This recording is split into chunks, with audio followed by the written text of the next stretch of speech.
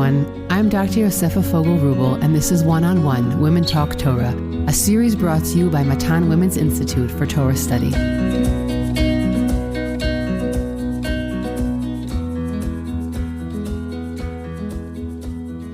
Welcome back to Matan's One-on-One Parsha podcast, where we spend about 30 minutes discussing deep thematic points about the Parsha.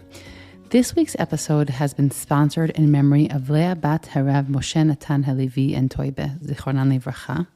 If you would like to sponsor a podcast episode, please contact the Matan office via telephone or email me at podcast@matan.org.il. These sponsorships enable us to keep creating new content and are a meaningful way to mark both mournful and joyful occasions. Be in touch, and together we can come up with a meaningful way to mark your occasion. A few words of introduction. I want to thank Rivi Frankel, who stepped in for me while I took some needed maternity leave. Not much resting was done. I gave birth, we moved houses, we did some traveling to see family, and I went back to work with the baby in tow, and of course began preparing this series on the book of Bereishit. There have been a lot of blessings bestowed upon my family all at the same time. I'm still in the process of absorbing all of that on interrupted sleep. But I'm so happy to be back here, having meaningful, curious, and open conversations about Torah. In this season, we will hear from many new guests, as well as some returning favorites. Last year, we spent this series focused on family dynamics present in the book of Bereshit. Those were some of my favorite conversations, if I'll be honest, because I really think that the essence of the book of Bereshit is the establishment of the family of Avraham, and it teaches us some harsh realities and positive ones about family life. This year, the series is titled Choseness and Choices. The first 11 chapters of Bereishit address universal struggles surrounding morality, the establishment of civilization, and establishing proper boundaries between heaven and earth. If chapter 10 compiles the descendants of Noach and their settlement of land, water, and nomadic existence, by the end of chapter 11, the focus has narrowed to the family of Avraham. Imagine a spotlight before the start of a play circling around the stage to finally settle upon a table and chairs at its center. God chooses Avraham. Why? Well, according to the plain verse, we don't really know, which is why the Midrash fills in so many missing details about Avraham really choosing God, about his piety. What we do know is that he is charged with representing a moral standard and a relationship with God unlike any other individual before him. The book of Bereishit is propelled forward by God's chosen representatives, Adam, Kayin, Noach, Avraham, Yitzchak, Yaakov, and his sons. But these messengers impact the world because of the choices they make. And it is the nexus between being chosen and the human choice that actualizes this divine will in the world that we will be exploring in the coming episodes on Bereishit. Upon which decisions do the unfolding events hinge? What do these choices teach us about Torah, and what do they reflect about ourselves as humans? Why does God choose these particular messengers, and what moral religious program is he trying to cultivate in the patriarchal period? These are some of the questions that will guide these discussions. Parshat Bereishit opens with the creation of the world, famously told in multiple ways in the Parsha's first 2 chapters. After this, we come across the story of Adam and Chava's sin, Kayin's murder of his brother Hevel, modeled in many ways after the story of sin that comes prior in the garden. The Parsha seamlessly rolls into genealogies of Kayin and then Shet, who eventually births Avraham, and which are often overlooked. Well, this is unfortunate because they're texts that can tell us so much more than about who birthed who. And the Parsha closes with the enigmatic unions of the sons of God, Bnei Elohim, coupling with the daughters of man. What seems to be a prologue to the story of the flood, demonstrating the kind of boundary overstep and immoral behavior that led to God's regret that he'd ever made man, and thus he decides to destroy them. My partner in conversation today is the amazing Dr. Tanya White, a beloved lecturer at Matan's Jerusalem and Renata branches, a returning podcast guest, and a dear friend.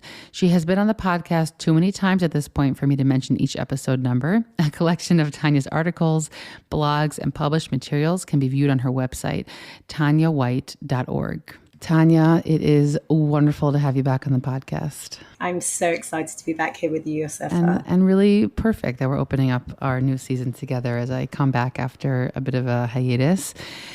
And we're jumping into Parshat Bereishit, which of course has, there's so many philosophical questions and just broader life questions that are sort of hidden or not even so hidden in this week's Parsha. But as we open up this series, we're really speaking about the idea of choice. Now, I wouldn't look at Adam Harishon and Chava as sort of messengers of God in the same way that we look at Avraham, Yitzchak, Yaakov, and their wives. I think that we look at Adam and Chava often more as sort of like prototype humans. And the critical scenes that we see in this week's Parsha are really presenting us with what it means to be human and what it means to make choices. So why don't we start with that? So if it's okay with you, I want to kind of throw back a little bit. I know we're after the Chagim, but I want to speak about the Chagim for a minute because I think it's not by chance that we begin Sefer Bereshit on the heels of everything that's come before. If we think about the Yamim Noraim, Rosh Hashanah, Yom Kippur, and then we go into Sukkot, all of the Chagim are centered around, in my opinion, this idea of being human, what it means to be human. If we think about the liturgy of Rosh Hashanah and Yom Kippur, if we think about the idea that the rabbis in their brilliance understood that to awaken a person, to really kind of throw them into that space of thought and introspection, they need to be faced with their mortality, right? They need to be faced with their humanness, which is the idea that in Martin Heidegger's language, being towards death, that all of us at some point are going to die, that all of us have a limited time here on earth. And the biggest question is, what choices do we make? What choices do we make as humans here on earth? And Sukkot, by the way, is kind of on the heels of that, because Sukkot, if we read Kohelet and if we think about what we're doing, we're entering into a very deep consciousness of impermanence, right? Of the idea that we leave the permanence of a house, the security of our home, the certainty of our existence, and we move into this space of uncertainty. And then the question is, how do we exist in that space? That's really the question of Sukkot, which is why, by the way, we read Kohelet, because Kohelet, the whole of Kohelet, is about that question of what is the purpose in our being, right? If it's just being towards death, or if it's just uncertainty and impermanence. And over Rosh Hashanah, I was reading from Rabbi Sachs's beautiful commentary in the Masa, and one of the things he speaks about, one of the things he says, then what, he gives the whole beautiful history of how Rosh Hashanah came about, really fascinating. But then he gives, I think it's 7 points or 8, no, I think it's more, I think it's 8 points about what Rosh Hashanah teaches us. And one of the things he says is, the third point, we are free. Judaism is the religion of the free human being, freely responding to the God of freedom. We are not in the grip of sin. We are not determined by economic forces or psychological drives or genetically encoded impulses that we are powerless to resist. The very fact that we can do teshuvah, that we can act differently tomorrow than we did yesterday, tells us we are free. And he says, many people along the ages, psychologists and philosophers, have argued against this idea. And he says, yet Judaism stands by this idea. And I think, to me, this is the absolute essence of Parshat Bereishit. To my mind, the story of Adam and Chava and Kayin and Hevel in Parshat Bereishit, to my mind, they act as prototypical stories in exactly addressing this question of what does it mean to be a human being, to face adversity, to choose, and what choices do we make, and what happens when we make the wrong choices. So I want to go deeper into that point, because when I read the story of Adam and Chava, I don't often look at their choice. I know that it was that they made the choice, but the way the story runs is that you kind of feel that they didn't really have a different choice. It's kind of like when you put, the marshmallow in front of the child, that you're not, it's going to be something utterly superhuman for them not to make the choice to take the marshmallow. And so to me, I hear about it and okay, we have all these trees you can eat from and you have one tree that you can't eat from. But I also don't think that God would have put this story in the beginning of Sefer Bereishit if someone had made the right choice. Meaning that would, not only would it be a boring story, it also wouldn't be a story that teaches us really about human failing, which I think is really the point of this story. And so whenever I look at the story, I say, well, he had a choice, but he was never going to make the right choice. There's something almost, the way that the presentation of the whole scenario kind of always made me feel that he didn't really have the ability to choose better, her and him. She's obviously the one who made the first step of the choice. Do you know what I mean when I say that? Meaning I don't feel like it's a full 100% bechira chofshit, both because I feel that they were limited, right? Did they really understand what the consequence was of what they were doing? Again, it's the way I look at a choice that a young child makes. They're not really aware of the repercussions, right? They heard, but they didn't really understand yet. And so I feel like their choice is a bit different than the kind of choices you and I make. So I think to take your analogy of the child, I think it's the perfect. By the way, it's not mine, it's Kasuto, who I always have to bring up. But it's Kasuto's, his understanding of the whole Gan Eden story is that it's really a practice run and it's kind of like training a child. That's his. But yeah. Yeah. So I would say even more than that. A lot of people say to me, like, if God didn't want them to eat from the tree of knowledge, why did he even give them that temptation? And I think the obvious answer is that, again, we can argue, do we read it literally? Do we not? Is it a metaphorical story? Is it a prototypical story? And I don't want to get into that. But what I do want to say is that I think one of the profound ideas here is that we see in it the birth pangs of humanity. Like, I really see that. I really believe that this is the story that teaches us how humans were born, not just how they were created, which we see obviously in chapter 1 and chapter 2, but chapter 3 is how they were born to be human. What does it mean to be human? And one of the ideas, the kind of under the foundation of humanity, is the idea that there's always temptation, that there's always something. Now, if we take as you said, Kasuta's analogy of a child, I think that, let's say we give the child the marshmallow test. So yeah, it's not a fair test because clearly the child, unless they're superhuman, are going to choose the marshmallow. But what we begin to teach the child, and this is how the child grows up, is what are the consequences of eating the marshmallow. Mm-hmm. And I think and that's how a child grows. That's how a child matures. That's how a child develops. And as we grow old, and by the way, that's the perfect example, because one of the things that they learn, or that the consequence of them eating from the tree of knowledge, is that dafka, not everything is immediate anymore. There's two main consequences. In fact, let's just take 1 second to look at the text, because I think it's so if we look at the text, what we see is that something happens when Chava eats from the tree, and then Adam eats from the tree. And what happens is that there's a sense of duality of self, because all of a sudden they become very deeply aware that they have an external and an internal self. Now, an awareness. It's a consciousness. They didn't have self-awareness. It's a consciousness. Yeah, exactly. In a sense, it's exactly the development of a child. I don't want to get into that so much today, because I really want us to focus on the idea of the choice rather than the idea of this duality of self, but it's definitely connected. And then Hashem turns around and he says, Ayeka, where are you? Now, again, obviously the where are you is not a geographical where are you. It's a very introspective. It's kind of addressing their inner selves, which all of a sudden they're conscious of. But really the point I want to get to is what happens afterwards. And what happens afterwards is that he essentially tells them, you can no longer live in Gan Eden. So to the woman, he says that she is going to have children. Be'etzet til divanim, you're going to have children.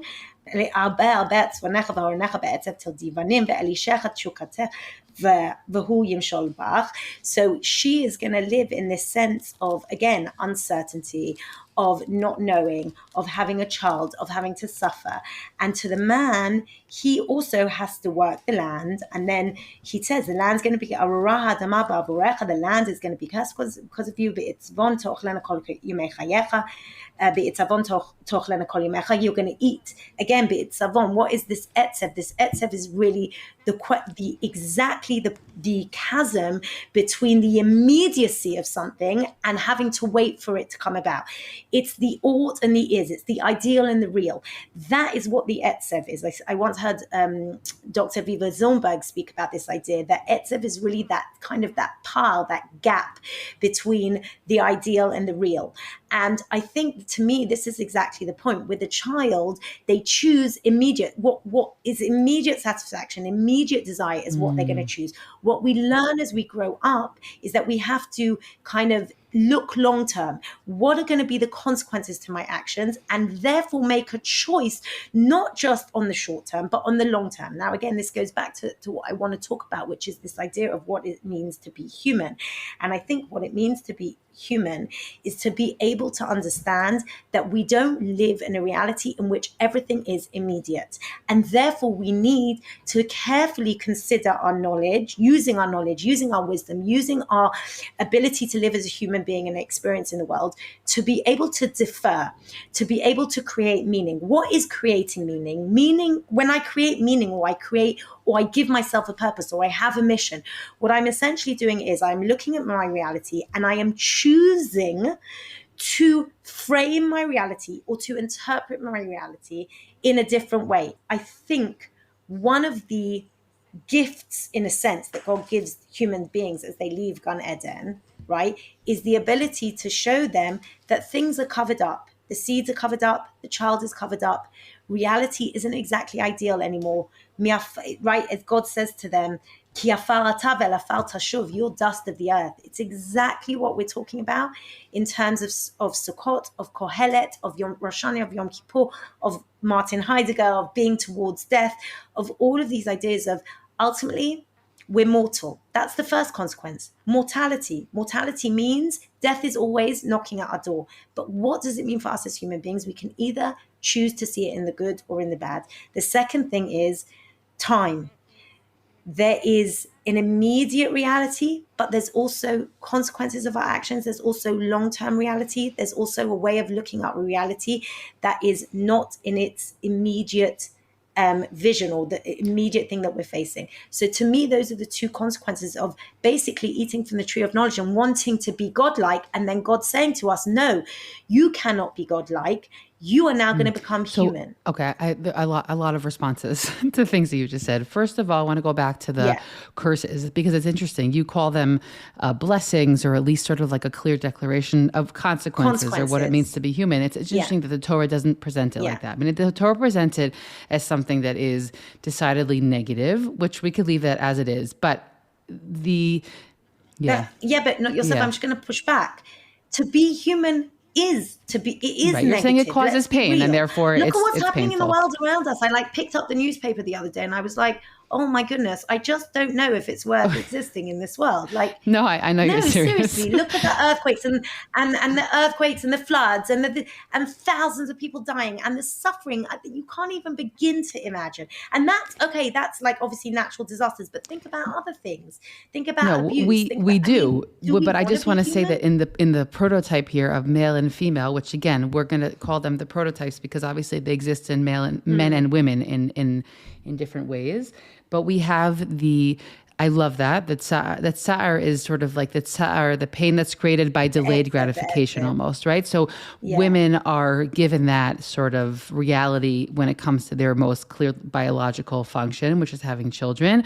And men are given that reality when it comes to their creation of work because, again, obvious in the ancient world, there was a very clear division of labor and they were going out and foraging and finding food and women were having children and taking care of that domain. And of course, in many ways, that's still remains and with a tremendous amount of changes. But I think that piece about that every person is sort of taught about is taught this very sometimes painful lesson about the bigger picture, right? Being able to look bigger. And I'll just share also, I feel like that was a really important point for me to hear, like in this moment of my life as we're recording and I have a little child next to me, because there are many moments where the kind of mind numbing. And I would say that for some of us, some people enjoy those little moments, whether it's putting to sleep or nursing and for others, we need to sort of like zoom out because otherwise we'll lose our minds. I shockingly am in the second category, right? Meaning like sort of like zoom out, big picture. I'm here for a broader purpose, creating these children in the world,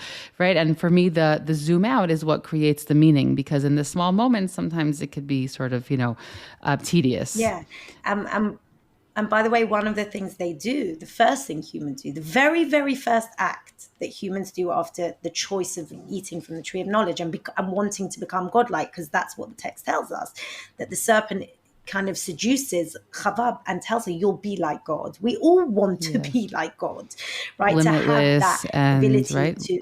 Limitless, everlasting. Right, exactly. And then the very first two things that they do immediately, number one, they cover up, or in Brene Brown, the popular psychologist in America, who I love and is brilliant, she calls it armoring up, right? When we don't want to face our inner selves, when we don't want to face the guilt, when we don't want to face the shame, when we don't want to face all of those things that we're running away from all the time, what we do is we armor up. And armor up is essentially covering up. That's exactly what Adam and Chava do.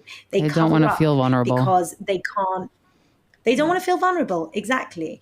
So, and God and Hashem says Ayeka because when we armor up, we can't have connection, and Hashem wants connection. So all the time he's calling us, Ayeka, where are you? Where are you? Avraham Yeshua Heschel loved to speak about the fact that, we just haven't heard God's question. That's why we're not answering him anymore.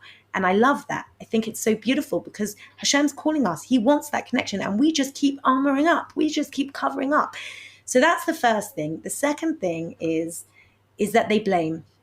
And blame and shame is the classic human response to guilt. Classic from a child. Like I think about the marshmallow test as well. Like if you see some of those videos, the minute the parent comes back in and they say, what happened to the marshmallow? The child like looks around as if to find someone else to blame for eating the marshmallow. Like it's a classic human response. But now I want to speak with you, Yosef, about the third thing. And that is what Adam does after all of that.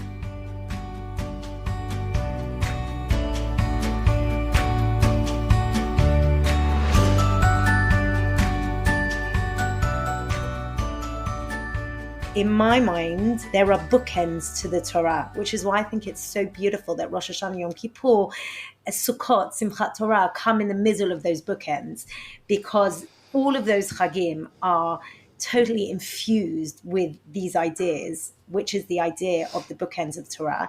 You have Bereshit at the beginning, which is choice, which is making bad choices, and then the consequences of bad choices, and then what happens when the humans become humans, what do they do? And in a minute, I'm going to show you what Adam does. And then the bookend of that is Sefer Dvarim, as they're about to enter the land. And Moshe turns around to the people and he says to them, you have the choices before you, right? Bracha, klala, chayim, mavet, tov, ra, good, bad, life, death, curses, blessings. They're all in front of you. You as a human being have that choice. You are free. You can choose whatever you want to choose. And he says to them, Uvachalta v'chayim, choose life. Because choosing life doesn't mean to choose to live. It means to choose to live, to really know what you're living for. When you have purpose, when you have meaning, you can face any why, anyhow.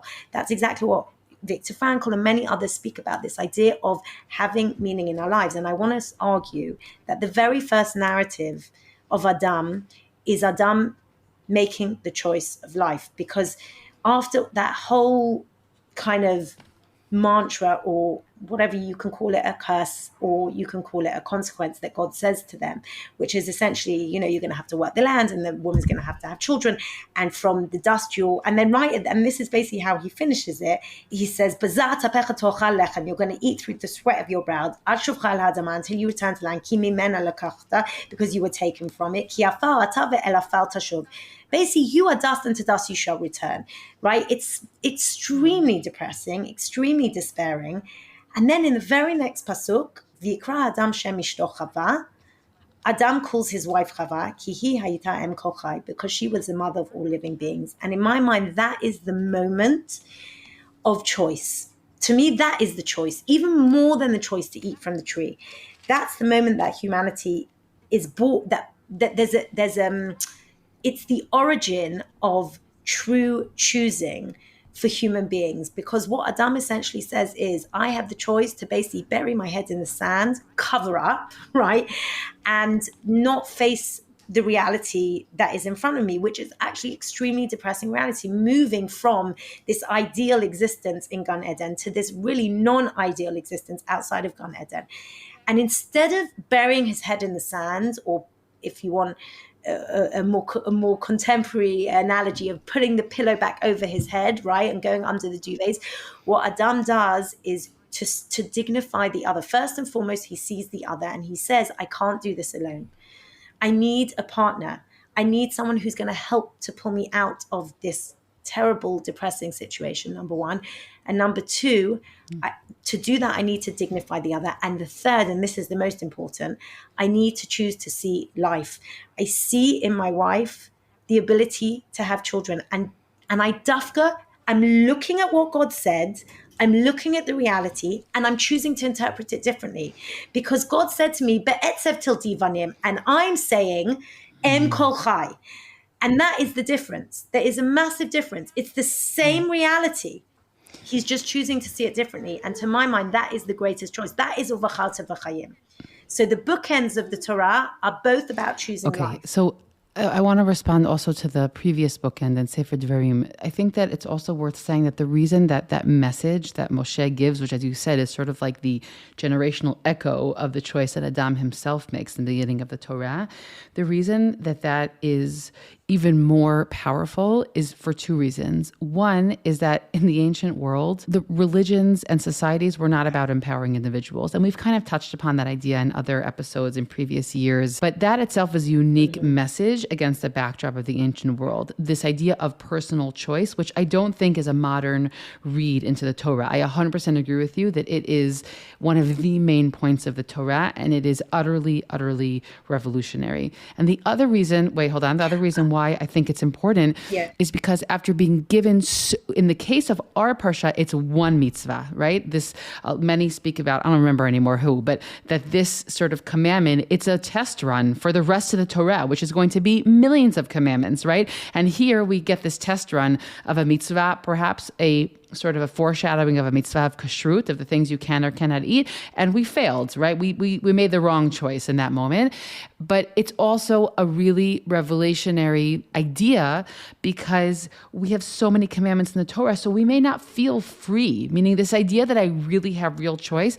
Sometimes you can forget that in the face of like this mounting amount of commandments that we're given. So in the end of the Torah, when Moshe reminds Am Yisrael in Arvot Ma'av about the fact that we could choose between these two realities, we could choose how we see this reality of living with the covenant of God. You know, I think that it's a really important point also against what was the sort of the very common way of looking at reality then. And the Torah is saying, don't look at it like that. You have a lot of commandments. You have a very specific way of life I'm committing you to, or you're committing yourself to, but you could choose that. Like you ultimately are the one who becomes the agent of that. It's also why the Torah does not start with the Torah.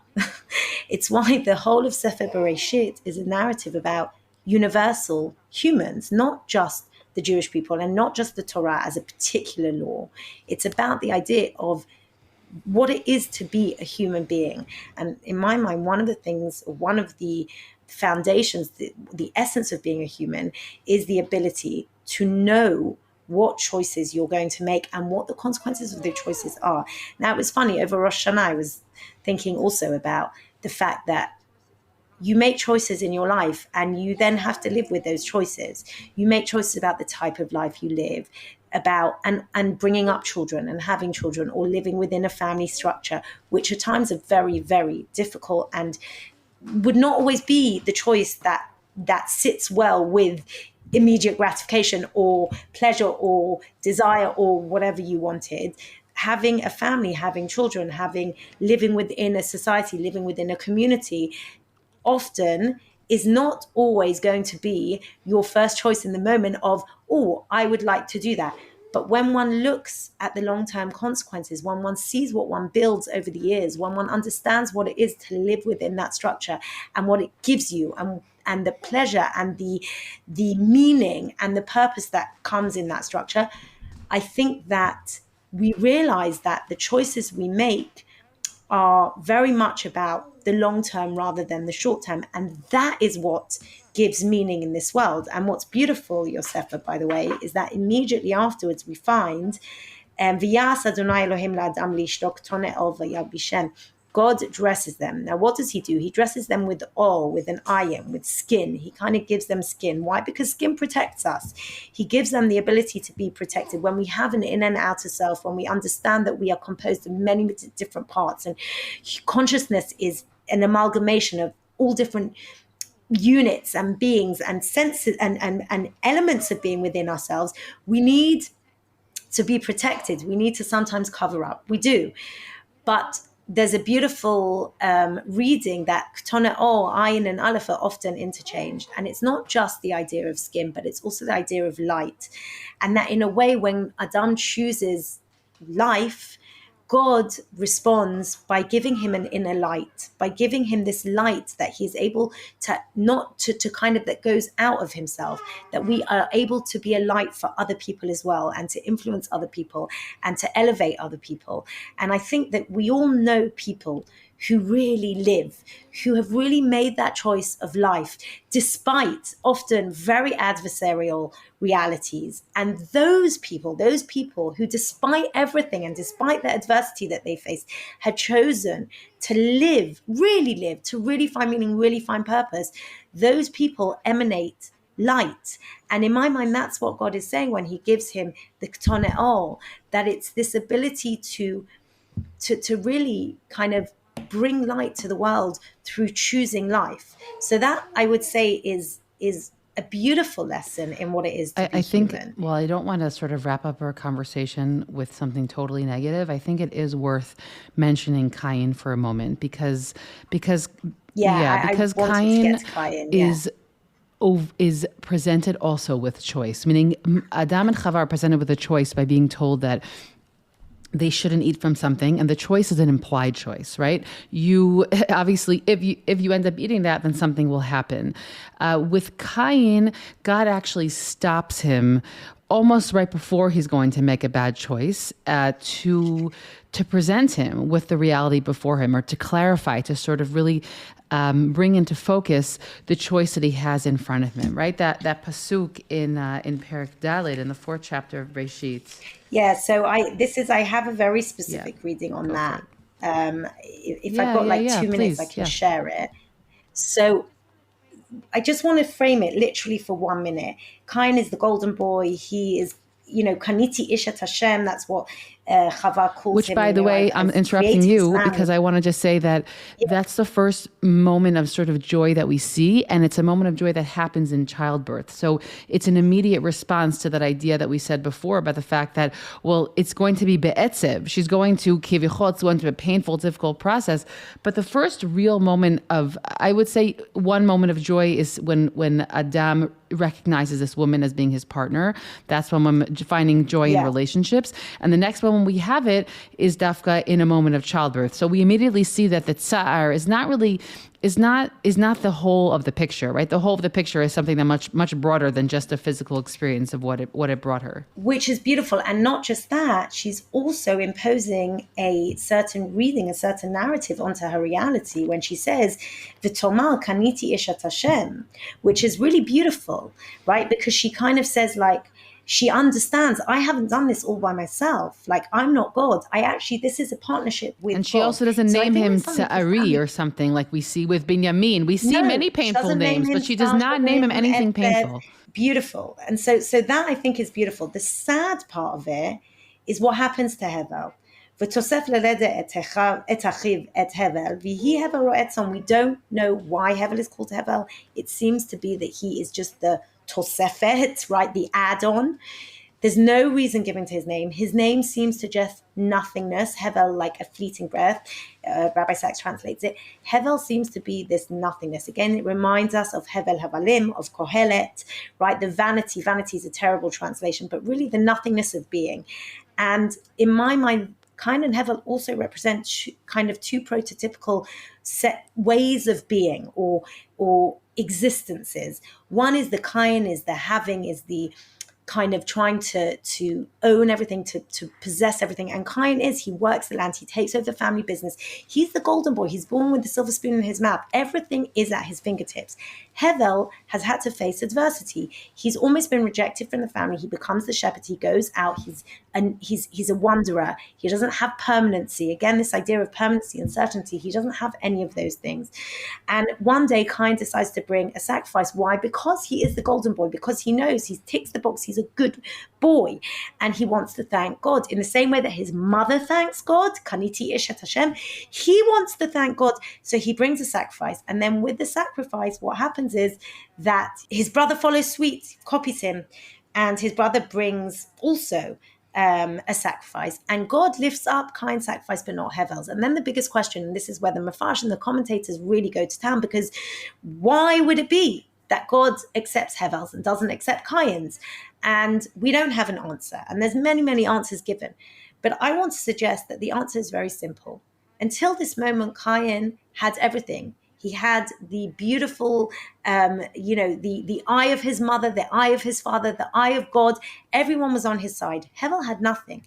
And for the first time ever, God wants to accept Hevel. He wants to give Hevel, this sense of meaning, of purpose, of being chosen, of knowing what it is to have something good in your life.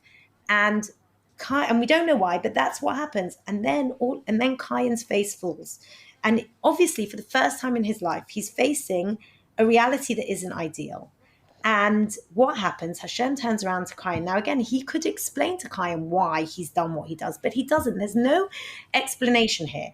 He simply says to Kain the following thing. And in my mind, this is one of the key psukim, the key verses in Sefer Bereshit. It's so important. He says, Haloim teitiv. He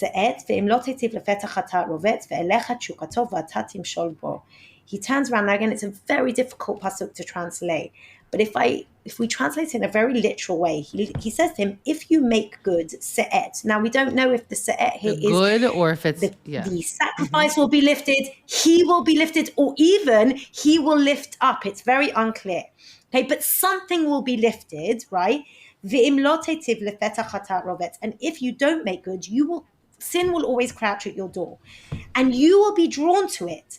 And the only person who can control the outcome, va'atatim sholbo, you have the ability to reign over it. What is it? And in my mind, the it is the choice between good and bad, is the choice about how we see our reality. Meaning, Hashem turns around to Kain, at this point, and says to him, this has happened, full stop, right? A bit like what Rav Soloveitchik says in Kol Dodi Dofek, fate and destiny, right?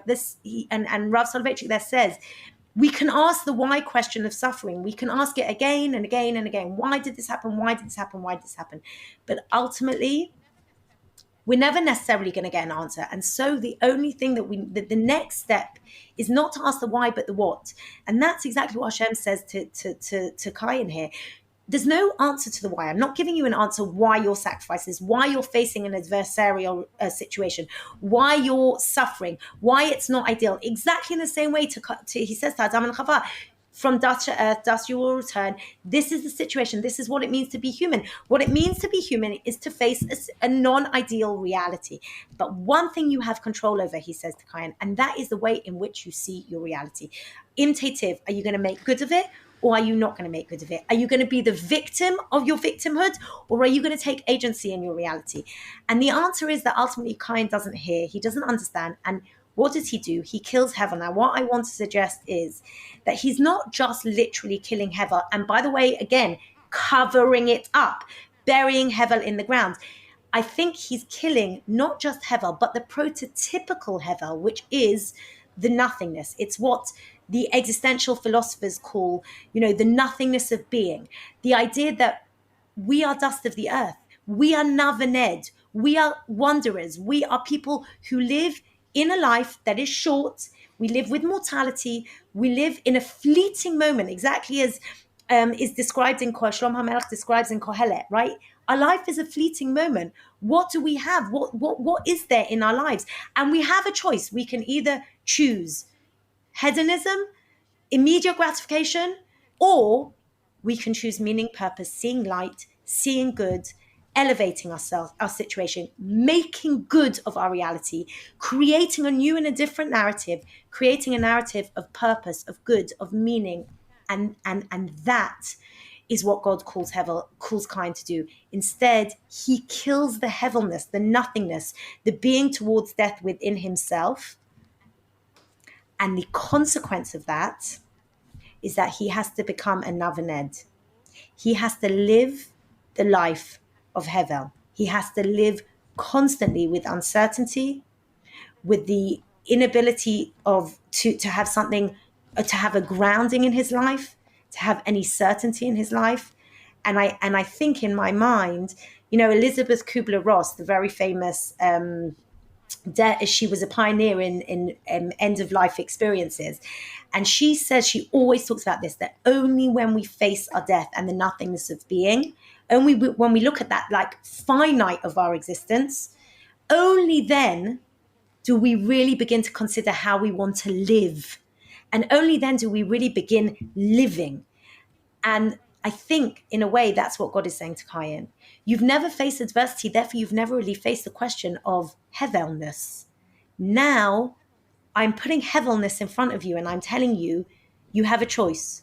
You can either kill it and cover it up and constantly run away from it and armor up, right? Or you can face it and you can live with the uncertainty and still make good of the situation. Kayin chooses the opposite. Adam, Dafka, chooses to choose life. And Moshe says to the people in Sefer Devarim, this is the choice before you. You need to be choosing life. But the one thing I just want to bring up here is that I think that the choice that's given to Adam and Chava is a choice. I really identify with that frame of life and death, and because there's an Etz Tov V'Ra, there's a tree of good and perhaps less good knowledge. But the choice that they make there, the consequence of it is the consequences are consequences of life and death. The pasuk that's presented to Kayin is much more focused on moral discernment. It uses the word tov, but doesn't use the word ra, but the ra is implied. And I sort of feel like if you look at each generation, they sort of like grow forward from the lives or the decisions or the choices of their parents. And so in the case of Kayin, his father and mother sort of deal with this question of life or death, make a choice, and it brings perhaps mortality into the world. And Kayin is the one that's truly faced with this question of good or evil. Should I do good or bad? And I think that Adam and Chava couldn't sort of grapple with all that at the same time. And as you say so beautifully, they choose life. It reflects itself in the choices that come after in the creation of a family. And Kayin is really this prototype of what does it mean to choose evil, right? To choose murder. I think that it's important that while Adam and Chava end up making a better choice as time continues, they also start first with the wrong choice. And ultimately, as we say, our mistakes are our biggest teachers. And that's just a reality of how we function in this world. 100%. I agree with you. And I think that the text can be read on multiple levels, meaning, of course, there's a very basic level in which then God warns him, right? And says to him, you're going to be drawn towards murderous instincts when you get angry. And that's what's going to happen. And that's the literal life and death. That's a literal living and dying. But as I said, which I've tried to give over, which I think there's also an existential subversive reading of the text, which is more about what we spoke about at the beginning, this prototypical human, what it is to be the prototypical human. And that's not just about the physical. It's not just about murdering the physical. It's also about murdering something within. It's like murdering that light, the light that person represents, the goodness that person represents, and the goodness of what we see in our reality as well, the heavenliness. Our answer needs to be yes. Yeah. Right. And we'll see, of course, how the rest of the figures in Sefer Bereshit also deal with this question, and how a generation deals with this question, and how what sort of the continued chapters of this message, what character and what levush, right? What sort of dress this question takes on in the coming Parshat of Sefer Bereshit. Tanya, I really, really want to thank you for this conversation and for opening up our study of the book of Bereshit with, I would say, like a philosophical and also existential prism on the book, because I think it's going to really serve these conversations and guide us in the future. So thank you so much for that. Thank you for having me. I hope you've enjoyed this conversation as much as I did. I'm Dr. Yosefa Fogel-Rubel, and this is One-on-One Women Talk Torah, a series brought to you by Matan Women's Institute for Torah Study. Please do One-on-One and Women's Torah Learning a small favor by sharing this podcast with family and friends so that we can reach new listeners. You can stream and download these episodes on Spotify, iTunes, Google Podcasts, SoundCloud, and Matan's website. Don't forget to leave us a 5-star review in the comments. Please send us any feedback at podcast@matan.org.il. That's podcast@matan.org.il. Thanks for listening, everyone.